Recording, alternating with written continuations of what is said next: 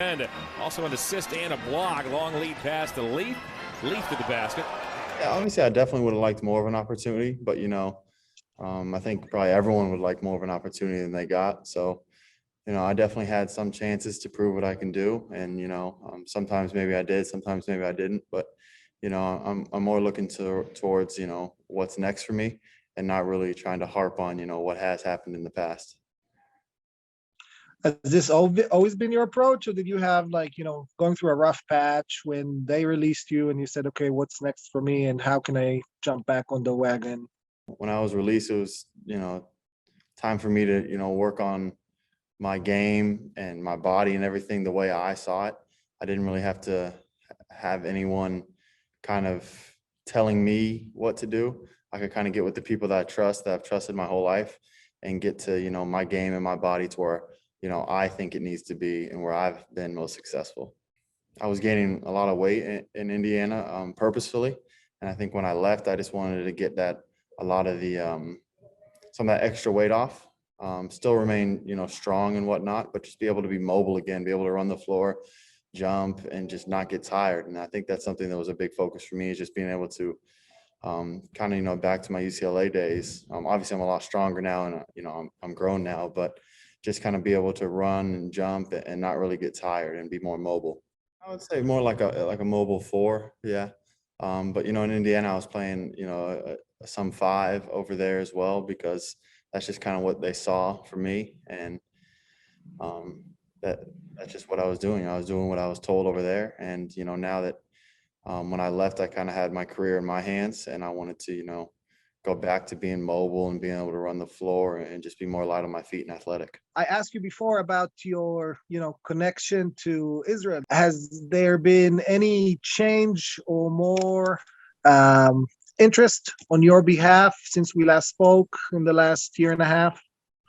Yeah, definitely. I mean, when I was, let go from the Thunder, I was, obviously in contact with some people over there, about possibly joining some teams out there, among with other places.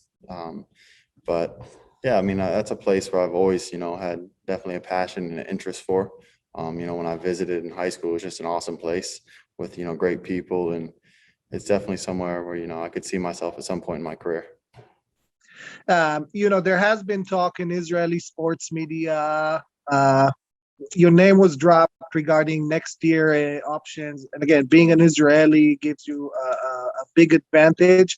Is that something that sits always in the back of your head, or you're saying NBA, NBA, and whatever comes?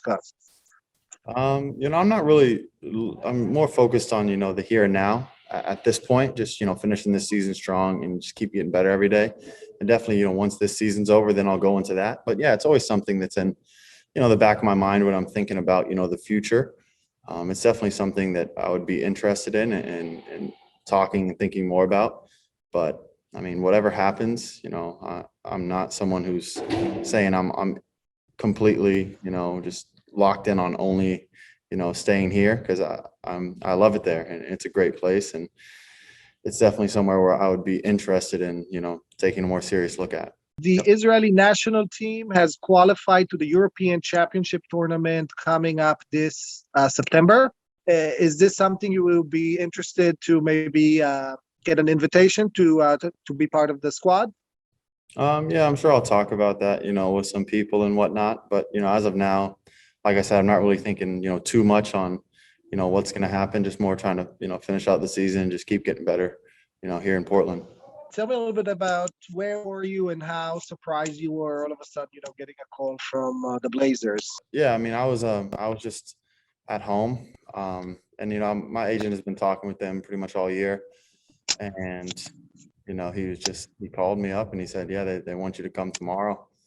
Yeah, I was definitely very surprised. I even had some, other teams interested in come and see me that week, and we were getting some other things scheduled. And then next thing you know, I was just packing up and leaving in the morning. So it was definitely a quick change of events, but it's something that, I was definitely excited about and still am excited about.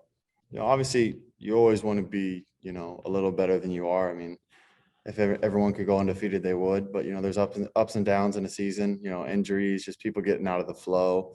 things like that. And, this was a tough road trip we're on right now, and we've done, really well on it, going 4-1 so far. We had definitely a little rough patch right when I joined us, but that's the ups and downs of an NBA season. There's tough games every night, and definitely down the stretch here, we want to obviously get a couple going into playoffs and get that momentum going. How is it playing with an All NBA player like Damian, or a future Hall of Famer like Carmelo? Mhm. How much of excitement does it give a young player like you? Yeah, it's been cool. It's been cool. Someone, like Melo, who, I was watching as a kid. I think he was drafted when I was 5 or 6. So just, being on the same team as him, in the same locker room as him, it's definitely been cool. Dame, a guy who's, a talent like that. It's been fun to, watch and just try and learn from these guys a little bit, but it's been cool so far.